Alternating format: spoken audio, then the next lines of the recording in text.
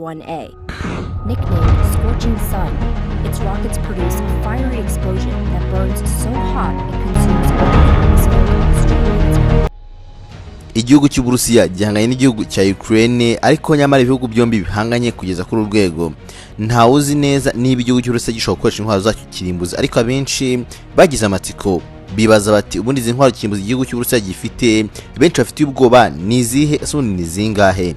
Natwe twagiye gucukumbura tugerageza gushaka amakuru yihariye kuri ibitwaro kirimbuzi igihugu cy'Uburusiya gitunze, tumenya umubare wabyo, tumenya ndetse n'umwanya kiriho ibihugu ku isi bitunze izi ntwaro. Niyo mpamvu usanga abasenguzi benshi ndetse n'abakurikirana hafi no ntambara bagira ubwoba bukomeye bwo gutinya ko igihugu cy'Uburusiya cyakoresha izi ntwaro, kubera ko kizikoresheje byaba ari ibyago byinshi ku isi, dore ko nacyo gitunze intwaro nyinshi gifite kirimbuzi ku isi kurusha ibindi bihugu byose.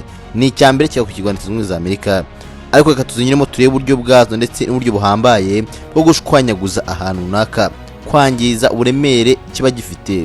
Turebe ubundi izi ntwaro kubera ikibazo zifitiye ubwoba, ariko nanone ukaba ari n'umutego w'uko gishobora kuzikoresha kikagira abanzi benshi, dore ko abenshi bagishyikiye nubwo usanga Ukraine ishyigikiwe n'ibihugu byo mu burengerazuba na Amerika, ariko ibindi bihugu bisigaye byinshi bishyigikiye igihugu cy'Uburusiya. Rero reka twinjiye muri kiganiro cyacu cy'uyu munsi twaguteguye ibyahariye ku gihugu cy'Uburusiya mu bijyanye n'intwaro kirimbuzi gitunze, dusobanukirwe.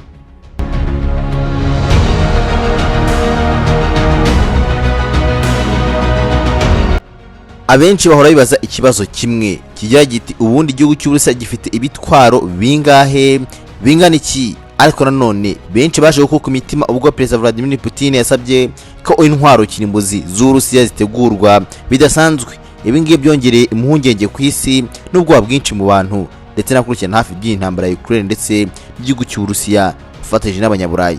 Ariko abasenguzi bavuga yuko ibyo yavuze yaba ari ukugira ngo abure ibindi bihugu kwirinda kwiva mu ntambara y'Uburusiya na Ukraine, aho kuba ubushake bwo kuba yakoresha izo ntwaro, kubera ko intwaro kirimbuzi zimaze imyaka hafi 80 ziriho, kandi ibihugu byinshi bizifite bizibona nk'intwaro yo kwizeza umutekano wabyo uhambaye n'umutekano hamwe.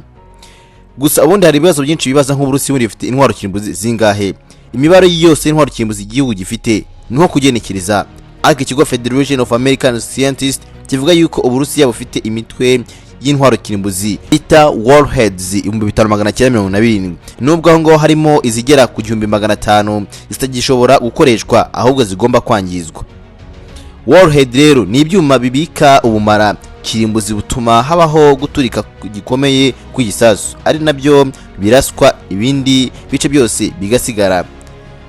Muzisaga 2500 nyinshi zifatwa nk'intwaro z'ingenzi cyane, zimwe muri zo zishobora kuraswa mu ntera ya kure cyane.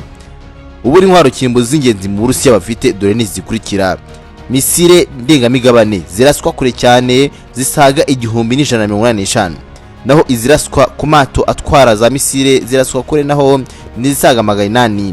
Izindi rero iziraswa mu kirere n'intwaro zirasa bombe zisa nkaho zirasa mu kirere igisasu kikazamuka ubundi kikata cyerekera n'intwaro 580. Izisigaye zose ni ntoya z'ubushobozi kirimbuzi buto ziraswa hafi nkuko urugamba cyangwa se mu nyanja bari kurwana.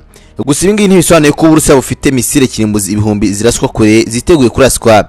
Oya, ahubwo Uburusiya bufite warheads zigera ku 1588, nizo zonyine zisanzwe zaroherejwe aho zishobora kwitegura kuraswa ndetse kandi no gukoreshwa. Nkuko inzobere zibivuga, ibyo ngibyo bivuze ko ziri mu bigo bya bombe na za misili cyangwa se mu mato yo munsi y'inyanja. Ibisubundi bihagaze bite ujyanye n'ibindi bihugu nk'igihugu cy'Uburusiya ujyanye n'ibindi bihugu byo ku isi? Ni ikihe gihugu kiri imbere cyangwa se kiri ku mwanya wa kangahe mu bihugu bikomeye bifite za misile zihambaye n'ibisasu kirimbuzi ku buryo ibihugu byose bitakoraho? Wasanga nyamara kirakaye cyabikoresha benshi bakagira ubwoba bwinshi. Ibihugu 9 ku isi nibyo byonyine bifite intwaro kirimbuzi: Ubushinwa, Ubufaransa, Ubuhinde, Israel, Korea ya Ruguru, Pakistan, Uburusiya, Ubwongereza na Amerika. Ugereranyije ku ruhande rw'isi ibihugu bifite intwaro kirimbuzi n'uburyo bikurikirana, usanga nk'igihugu cy'Uburusiya kiza ku mwanya wa mbere n'intwaro kirimbuzi 5927, naho Amerika kaza ku mwanya wa kabiri 5428, Ubushinwa ku mwanya wa gatatu 350, Ubufaransa 190 ku mwanya wa kane, Ubwongereza 225, Pakistan 135, Ubuhinde 160, Israel 90 Korea ya ruguru 20, ariko bivuga ko Korea ya ruguru ifite intwaro kirimbuzi z'ubumara zimeze nabi cyane, niyo mpamvu usanga benshi bagitinya. Ubushinwa, Ubufaransa, Uburusiya, Amerika n'Ubwongereza biri mu bihugu 191 byasinye amasezerano yo gutongera igikorwa na kimwe cyo kongera izindi ntwaro kirimbuzi zizwi nka Non-Proliferation of Nuclear Weapons NPT. Muri aya masezerano bagombaga kugabanya warheads kirimbuzi bafite mu bubiko, kandi magambo biyemeje kuzica burundu, ariko ntibyakozwe. Aya masezerano yagabanyije umubare w'izo ntwaro ibyo bihugu byari bifite kuva mu 1970 no kugeza muri za 80.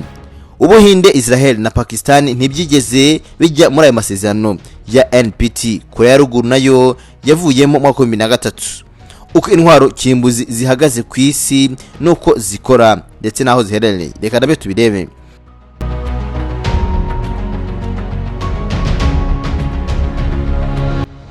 Umva neza aka kantu, hafi 1/2 kugiranyo cy'intwaro kirimbuzi ku isi ziri mu Burusiya. Byo byumve neza, 7/10 cy'intwaro kirimbuzi ku isi ziri mu bubiko bushobora gukoreshwa n'ibigo bya gisirikare cyangwa se mu mato yo munsi y'inyanja. Intwaro nk'izi ngizi 2000 za USA ndetse na Russia, France, UK cyangwa se United Kingdom, Ubwongereza zihora ziteguye gukoreshwa. 2000 byose muri Amerika, Uburusiya, Ubufaransa n'Ubwongereza zihora ziteguye gukoreshwa. Ni ibintu biteye ubwoba cyane. Israel nicyo gihugu cyonyine muri biriya 9 kitigeze cyemeza gahunda yacyo yo gukora intwaro kirimbuzi, ariko cyemeje ko gifite warheads kirimbuzi. Ukraine nta ntwaro kirimbuzi ifite, nubwo ubishinjwa na Perezida Vladimir Putin ko Ukraine ifite intwaro kirimbuzi, ariko nta gihamya kigeze kigaragaza ko gitunze izi ntwaro. Ariko ntabwo ari ko Ukraine burya ikiri mu bihugu kigeze gutunga intwaro kirimbuzi mu minsi yashize no mu myaka yashize. Gusa ibihugu byo mu Burayi byo muri OTAN biragishuka ko izi ntwaro kigomba kuzirimbura, hanyuma ubundi n'igiterwa bazakirwaniraho cyangwa bazakirwanaho. Ariko cyabikoze icyo gihe intwaro kirimbuzi bari bafite zose barazisenya, barazangiza. Ntabwo ko cyari gifite n'uruganda rukora intwaro kirimbuzi, ariko gishutswe n'ibihugu byo mu Burayi gisenya intwaro kirimbuzi zose cyari gifite, hanyuma ubundi kizera OTAN, birangira kugeza uyu munsi gikubitwa inshuro. Intwaro kirimbuzi rero zikozwe mu buryo bwo gusenya by'ikirenga kuri rwo hejuru. Urwego rwo gusenya zigeraho guterwa n'ibintu bitandukanye birimo ingano y'umutwe w'intwaro warhead, nkuko nabikubwiye, ubutumburuke cyaturikiyeho uvuye ku butaka, imiterere yaho cyarashwe. Ni ibintu bimeze nkaho biteye ubwoba cyane. Gusa warheads no kurusha izindi ishobora gutera impfu nyinshi n'ingaruka nini mu gihe kizaza. Bombe kirimbuzi yishe abantu basaga 46,000 Hiroshima mu Buyapani. Mu ntambara ya kabiri y'isi yapimaga kilotone 15. 1 kilotone 15 ni nyinshi cyane, urazumva nawe. Kandi warhead zo muri iki gihe zishobora kugira kilotone 1000, zirenga 1000. Ibaze ko ibyarashwe Hiroshima byapimaga kilotone 15, ibindi bikaba bipima kilotone 1000 zirenga. Ibaze nawe uko guturika. Bivuga yuko nta kintu kimwe cyarokoka ku isi iramutse kiramutse gitewe.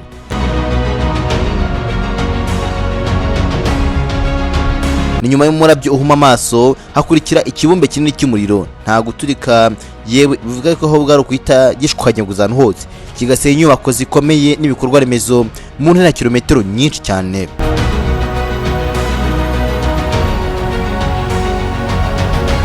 Ubwo ikibazo wakwibaza hanga, kubera icyo bavuga ko intwaro kirimbuzi ari zo kwirinda, ubundi bivuze iki ngibi ngo kwirinda kandi zidakoreshwa, kandi ikintu none zikaba ari ikintu cyakwangiza isi nabo batisize. Ingingo yo kugira intwaro nyinshi kirimbuzi niyo kugira ubushobozi bwo gusenya burundu umwanzi, bityo ntabe yatekereza gutera.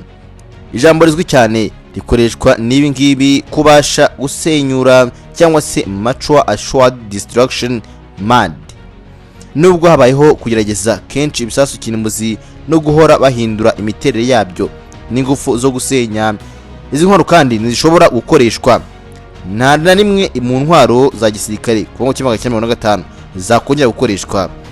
Politiki y'Uburusiya yemera ko izi ntwaro zigenewe gusa kwirinda. Dore ahantu hani honyine izi ntwaro kirimbuzi zishobora gukoreshwa honyine Uburusiya bwemerewe mu mategeko yabo: kurasa misile iraswa itumbereye ubutaka bw'Uburusiya cyangwa se inshuti zabwo. Ayo misile irakoreshwa cyangwa izo ntwaro zirakoreshwa. Gukoresha intwaro kirimbuzi cyangwa izindi ntwaro z'ubwicanyi bukomeye mu Burusiya cyangwa inshuti zabwo naho barayikoresha.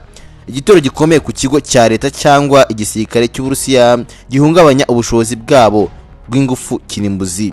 Aho ngaho barabekura nta kabuza. Umusesenguzi Gordon Caldera, umwanditsi w'ikinyamakuru BBC mu by'umutekano, yavuze ati reka tubanze dutekereze tujwe kugira n'impungenge nyinshi. Ibyago by'intambara kirimbuzi byariyongereye cyane, ariko kuba ishobora kuba yakwica no gushyira isi hasi bwo biracyahari rwose. Ubwoba ni bwinshi, nubwo ibyavuzwe na Putin byaba ari kuburira gusa bitarimo ubushake nyabwo bwo kubikora no kubikoresha. Izo ntwaro buri gihe hari ubwoba bw'uko uruhande rumwe rwibeshye ku buryo rushobora kudatekereza neza rubashobora kuzikoresha kandi byateza ingaruka nyinshi, nkuko byakoreshejwe mu Buyapani muri Hiroshima bakica benshi bakomeye 146 kandi nyamara bitari byateguwe uretse gusa kuba barashe ku bwato bwa Amerika. Ben Wallace, minisitiri w'ingabo mu Bwongereza, yabwiye BBC ko nta mpinduka barabona ko mu miterere isanzwe y'intwaro kirimbuzi z'Uburusiya bishobora kurangira zikoreshejwe. Izo ntwaro rero bikurikiranyirwa hafi cyane nk'uko inzego z'ubutasi zibivuga. Bahora bareba yuko bishobora kuzarangira zikoreshejwe, ariko bakinda ko zakoreshwa kubera ko igihugu cy'Uburusiya gishobora gukora gato kumbarutso hagize ugiteraho cyangwa kigabaye igitero bikarangira zikoreshejwe kandi zakwangiza byinshi. Niba mubizi neza mu 1945 ibyabaye Hiroshima na Nagasaki murabizi bararimbutse n'uyu munsi ingaruka baracyazifite. Mu gihe igisasu cyatewe cyapimaga tone 15 nako kirotone 15, tone nabankagize gatoya cyane, mu gihe ikibungu gifite kirotone 1000 zirenga. Ni nyinshi ku buryo wasanga Uburayi bwose burimbutse ahubwo cyangwa se Amerika yose bakayubika. Nizere ko wasobanukiwe. Komeza byiza, Imana ikurinde, ariko none wagiye gukora subscribe, like, share ndetse na comment.